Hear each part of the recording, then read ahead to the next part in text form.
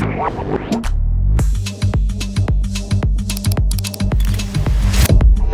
ุปជាពោះការអញ្ជើញដល់របស់ឯកឧត្តមលោកជំទាវគណៈអធិបតី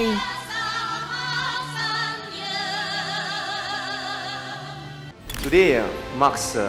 very important and proud milestone for us, for Daiichi Life, as we launch the inaugural Daiichi Junior Cup, our first grassroots football tournament for children across Cambodia. This initiative reflects a very important mission for us, connecting life to empowering life by encouraging healthier lifestyles and strengthening communities across Cambodia. ក្នុងភាពជាដៃគូជាមួយ Daiichi Life Cambodia យើងជឿជាក់ថាកម្មវិធីនេះនឹងក្លាយជាគំរូដ៏ល្អនៃកិច្ចសហប្រតិបត្តិការរវាងវិស័យឯកជនដើម្បីសង្គមហើយយើងនឹងធ្វើដំណើរឆ្ពោះទៅមុខរួមគ្នាប្រកបដោយភាពជឿជាក់និងទំនុកចិត្តបំផុត តាំងនាមឲ្យនាយកតកធានារ៉ាប់រងកម្ពុជាថ្ងៃនេះខ្ញុំមានមោទកភាពក៏ដូចជាការគ្រប់គ្រងយ៉ាងពេញទំហឹងចំពោះការប្រកួតបាល់ទាត់ Daiichi Junior Cup នេះ ក្នុងនាមក្រសួងអប់រំគឺគ្រប់គ្រងណាស់ចំពោះការចូលរួមរបស់ដៃគូជាពិសេសគឺក្រុមហ៊ុនឯកជនដែលបានចូលរួមសកម្មភាពកី